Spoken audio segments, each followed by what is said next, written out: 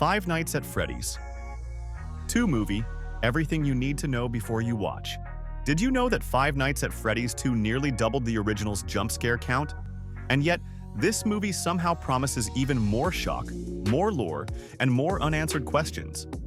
Imagine stepping into that flickering security office where animatronic eyes glow just a bit too long and every camera feed feels like it's watching you back. Welcome to your ultimate pre-movie briefing. Everything you absolutely have to know before you take that plunge into neon lights, rusty springs, and nightmarish melodies.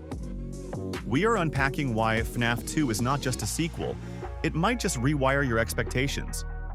The animatronics evolution. When you figure out that the animatronics in this sequel aren't just upgraded versions of their predecessors, but full-blown uncanny valley nightmares with exposed endoskeletons and unsettlingly blank stare holes, your heart is gonna skip. Deeply. That upgrade isn't just about aesthetics or bigger jumps. It signals a narrative shift into overt dread territory, where innocence flips into terror in an instant. I mean, imagine thinking you're just dealing with birthday party mascots before realizing they're more like broken automatons with murderous intent.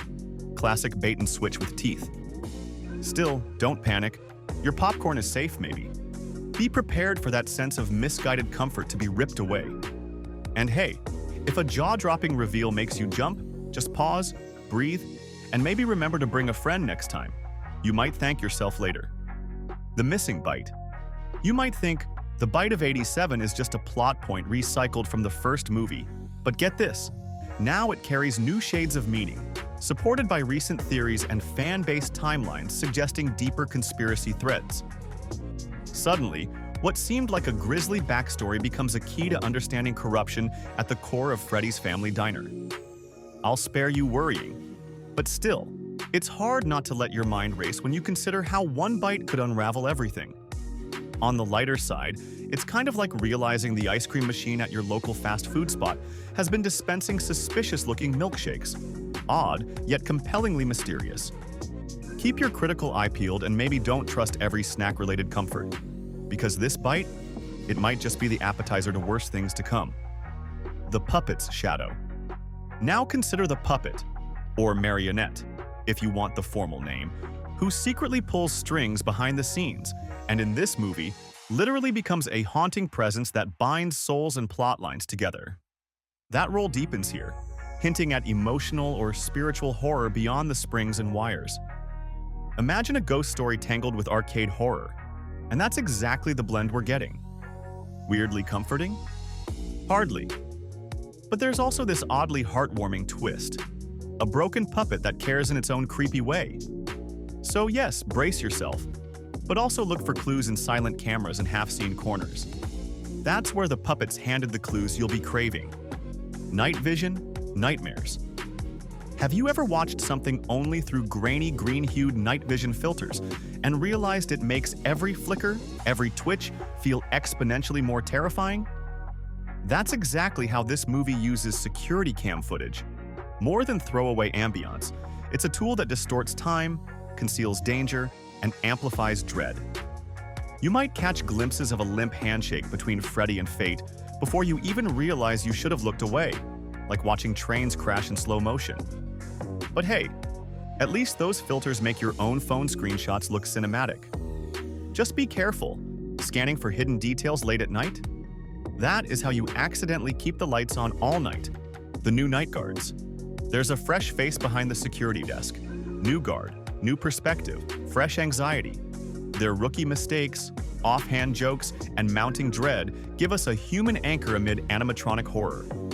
When they fumble with the controls or exhale, this can't be real. You laugh until you feel the same way.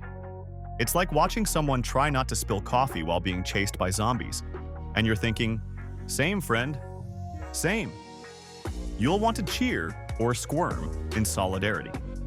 So watch their every blink because they're going to become your emotional stand-in, and you'll rely on their survival skills, or lack thereof, to ride the scares with a not-so-pretend heartbeat. Audio lore and hidden clues. Listen close to that static, those odd tunes drifting from broken speakers, because this sequel hides Easter egg lore in every crackling melody. Music boxes, toy chimes, radio loops, they're not just background, They hint at past tragedies, company cover-ups, and maybe which animatronic snacked on which guard. It is the kind of auditory breadcrumb trail that makes your inner detective start typing theories at 3 a.m. But don't worry, you won't need to buy a studio to crunch audio files later. Just pay attention during the movie, nod knowingly, and maybe scribble notes, with no one to judge, right? Fan theory fatigue. But vital. Look, fan theories are everywhere. A took B and C to D, the guard is, and on and on. By now you might be rolling your eyes saying, oh please, not another theory. But here's the twist. This film intentionally leans into those theories, rewarding the fans who paid attention and throwing curveballs at skeptics. It's kind of like showing up to a party where everybody's already wearing themed costumes and you get a special decoder ring at the door.